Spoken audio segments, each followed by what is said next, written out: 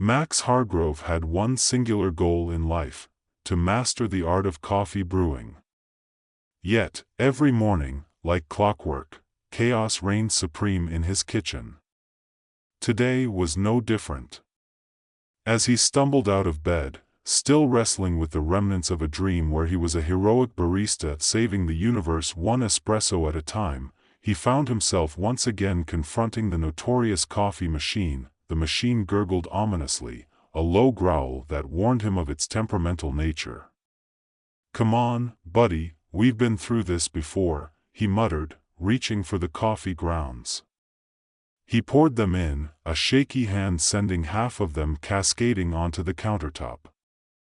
"Great start, Max," he sighed, grabbing a rag that had seen better days. Just then, a loud beep echoed through the kitchen, jolting him. It was the alert from the Temporal Management Bureau, an organization dedicated to maintaining the fabric of time itself. "End of time and space imminent," the message blared, as if it were an overzealous alarm clock set to the wrong time zone. Max's heart raced, not out of fear, but sheer exasperation. "You've got to be kidding me," he groaned. As he rushed to grab his official bureau uniform, a wrinkled suit that had seen many a time travel mishap, he knocked the coffee pot off the counter. It shattered spectacularly, splattering dark liquid everywhere, a chaotic reflection of his life choices. "Great. Just great," he yelled at the shards of glass. "This is exactly what I need right before saving the multiverse." He darted out the door, fully aware that he'd have to deal with the coffee catastrophe later. Arriving at the bureau, he sprinted through the neon-lit hallways, dodging agents in snazzy attire who looked like they just stepped out of a sci-fi magazine. Max, on the other hand, looked like he had taken a tumble through a time vortex, a couple of days' worth of stubble adorning his chin and his hair sticking up in every direction. "Max," shouted Agent Leah Kim, his supervisor, catching him before he could slip into the meeting room. Her expression was a blend of concern and annoyance. "You're late, and we're in a crisis." "Crisis? What crisis?" Max asked, panting slightly. He glanced around as agents whispered anxiously among themselves. "Sit down," Leah commanded, pointing to an empty chair as if it were a throne of judgment. "We have a situation. All timelines are collapsing. We need someone to go to the edge of time and figure out what's going on." "Let me guess," he said, plopping down dramatically. "I'm the lucky winner of the Most Likely to Screw Up the Universe award?" Leah's eyebrow twitched. "Actually, yes. You've had the most experience with unconventional solutions." Max smirked. "Unconventional? You mean I was just the last one standing after everyone else got vaporized by a rogue time bomb? Focus, Max. We're in serious trouble here." She handed him a holographic projector. "This will guide you to the edge of time. We need you to find the source of the disturbance and stop it." Max eyed the projector, which flickered to life and displayed a swirling vortex of colors. "Looks lovely," he said sarcastically. "Can't wait to dive into the cosmic abyss." As he prepared for his jump, Leah called out, "And remember, you can't fix everything with a sarcastic remark, Max." "Oh, please," he replied, rolling his eyes. "That's my secret weapon." With a flourish, he activated the projector and disappeared into the swirling chaos of time. His journey was anything but smooth. Max found himself first in a timeline resembling the Renaissance, only here, everyone communicated exclusively through interpretive dance. He stood awkwardly, a voyeur to this absurdity, trying to decipher whether he was in an art exhibit or a bizarre theater production.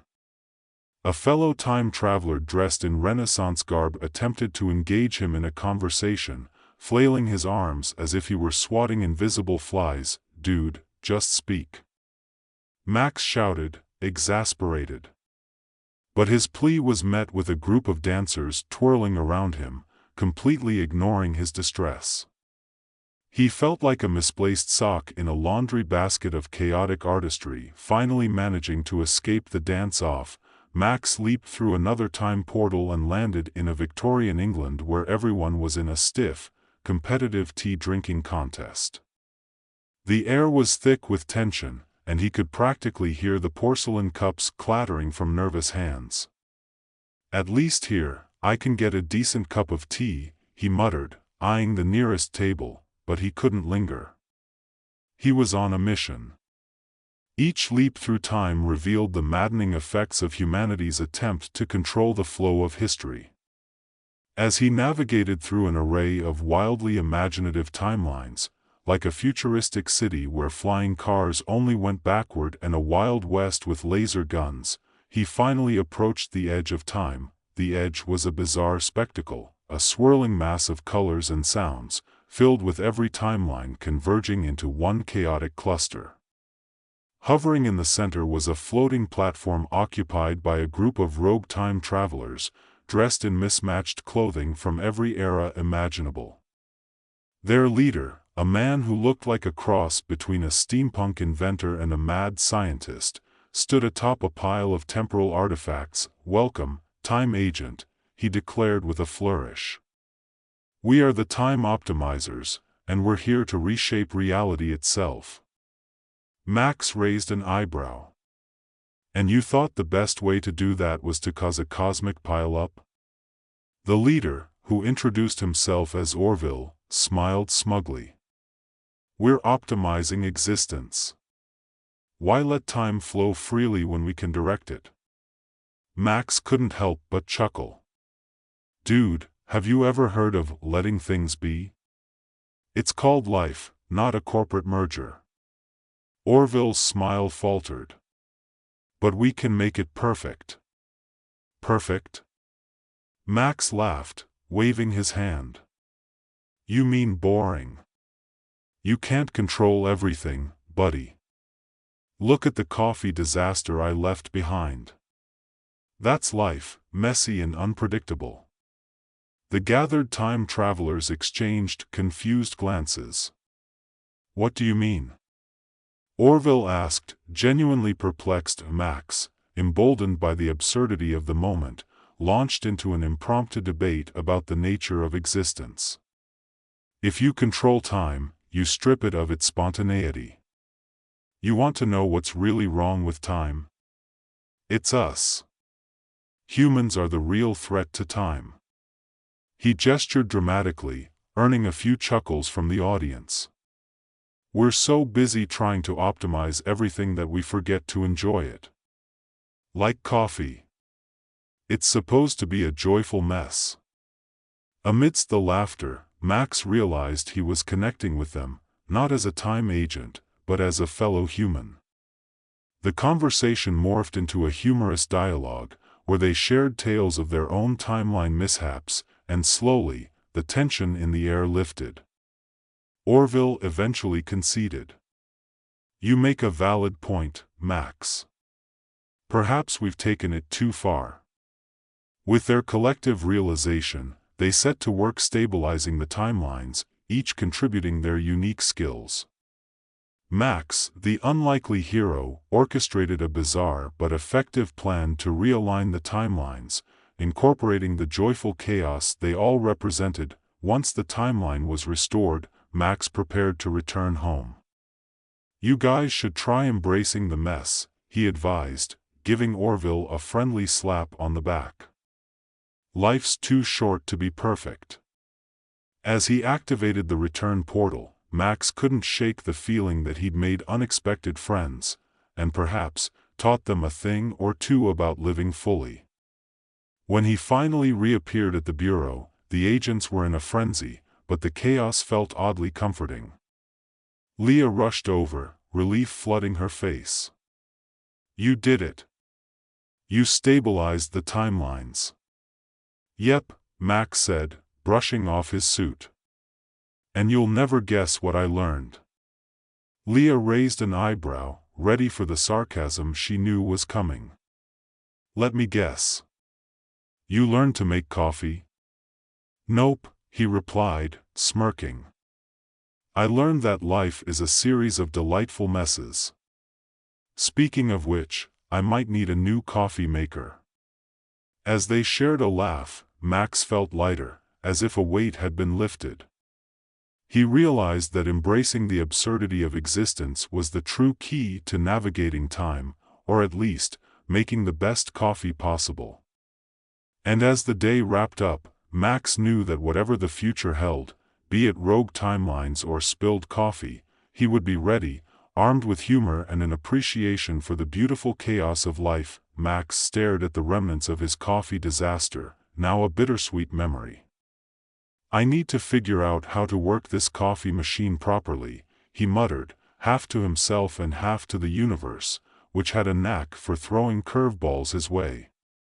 It was clear he wouldn't be able to escape the chaos of life, or his kitchen, anytime soon. As he wandered back to his desk at the bureau, the adrenaline of his recent escapade still thrumming in his veins, he couldn't shake the feeling that he had changed, however slightly. The meeting room buzzed with activity as agents flitted about, discussing the latest timeline adjustments and applauding Max's unexpected heroics. He slipped into his chair, soaking in the camaraderie that filled the air. "Max!" Leah called from across the room, her expression a mix of admiration and exasperation. "Get over here. We need to debrief you on what happened at the edge." "Sure thing, boss," he replied, a smile creeping onto his face. Once he was at the front, Leah gestured for silence. "Okay, everyone, let's hear it from the man of the hour. What exactly happened out there?" Max took a breath, embracing the spotlight. "Well, it all started with a coffee machine that clearly had its own ideas about time management."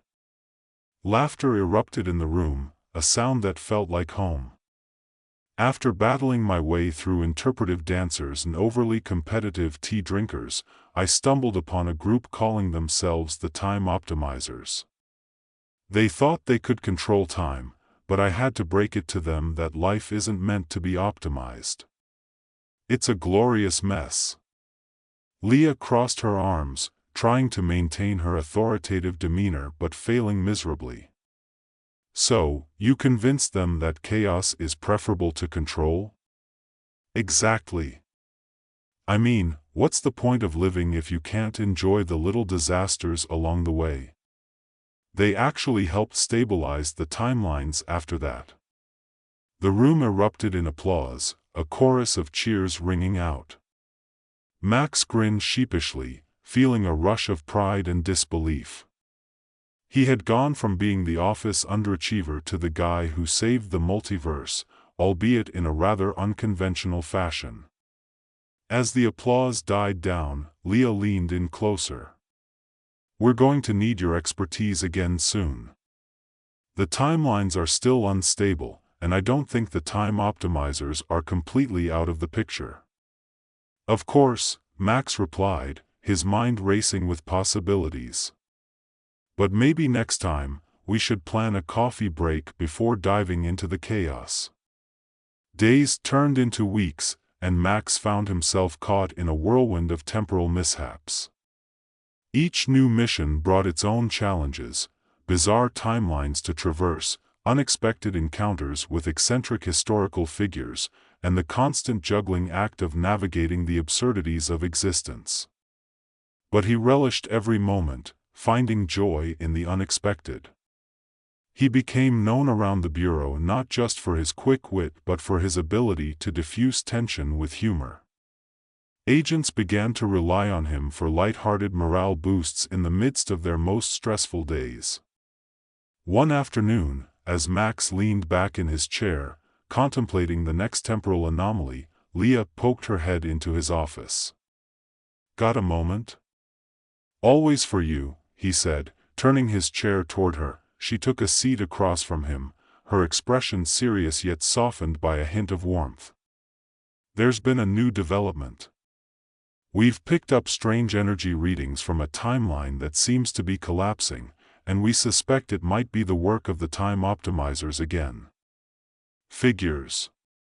You think they're trying to fix their mess by making a bigger one? Max asked, already reaching for the holographic projector that had become a familiar tool. Exactly. We need you to head back and see what you can do. This time, we might not have the same luck as before. Max nodded, determination coursing through him. Let's hope they've learned a thing or two about embracing chaos. I'll give them a taste of my coffee-making skills, nothing like caffeine to spark some creativity. Leah chuckled, the tension easing slightly. Just don't set anything on fire this time, okay? Only if you promise to bring me back a latte from the future. He shot back with a wink. With a deep breath, Max activated the projector, the familiar swirling vortex consuming him once again. The chaotic energy of the timeline swept around him, and he braced himself for whatever awaited on the other side. He landed in a realm that felt like a surreal mashup of time periods. 1920s flappers mingled with medieval knights while robots buzzed around selling hot dogs. Okay, what the heck is going on here? Max mumbled, his brow furrowing in confusion. Before he could gather his bearings, a familiar figure emerged from the crowd, Orville, flanked by a group of his fellow time optimizers, each sporting expressions of sheer panic. Max! Thank goodness you're here. Orville shouted, rushing over. Didn't think I'd see you again so soon, Max replied, crossing his arms. What happened? I thought you were all about controlling time. Orville's face turned a shade paler. We tried.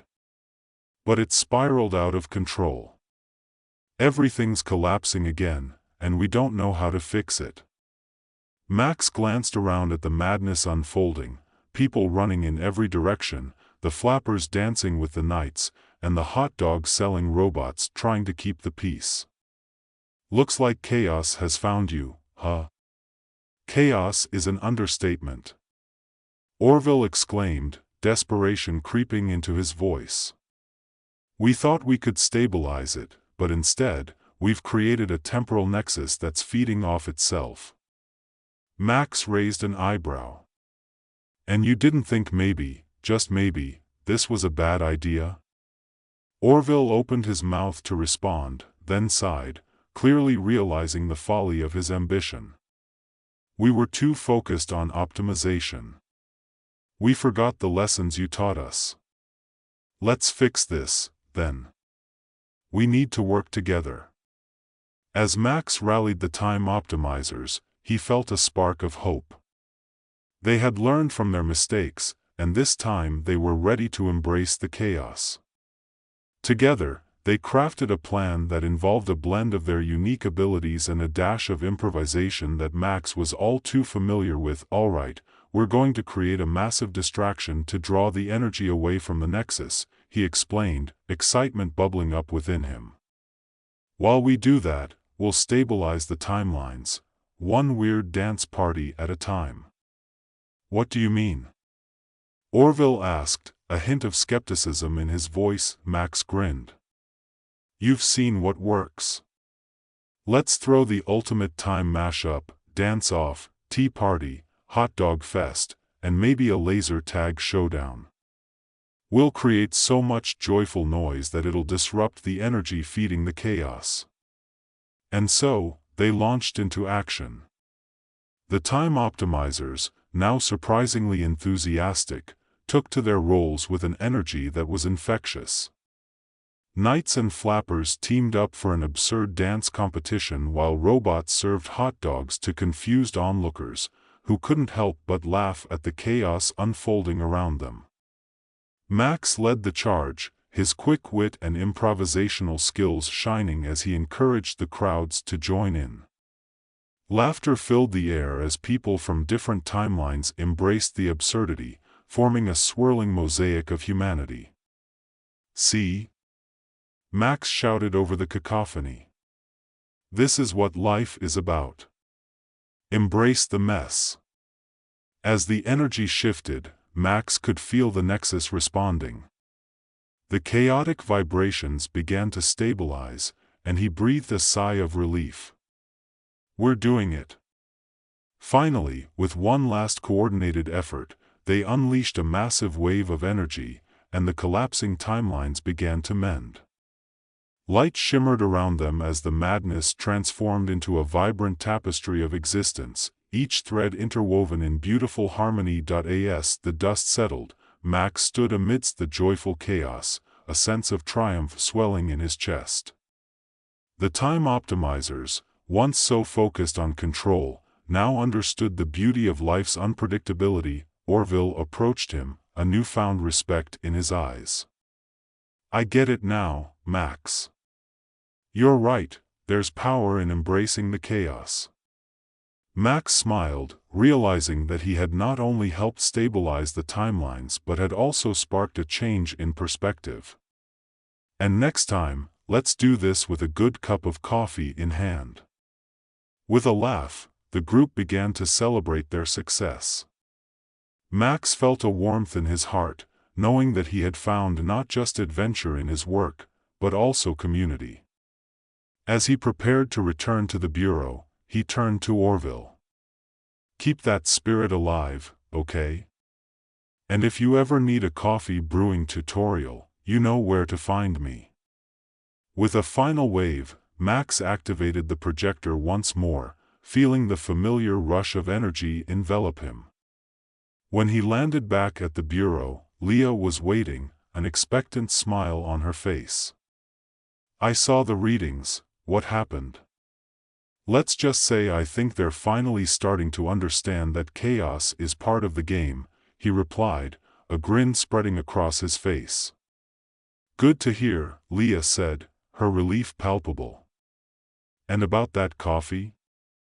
I'll make you the best cup of coffee you've ever had, once I figure out how not to blow it up.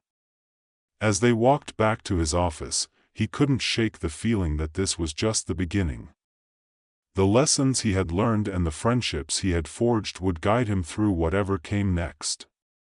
With a renewed sense of purpose, Max couldn't help but think that maybe, just maybe, life was meant to be enjoyed, one beautifully messy moment at a time. And with that thought, he sat down at his desk, determined to find a way to make the perfect cup of coffee.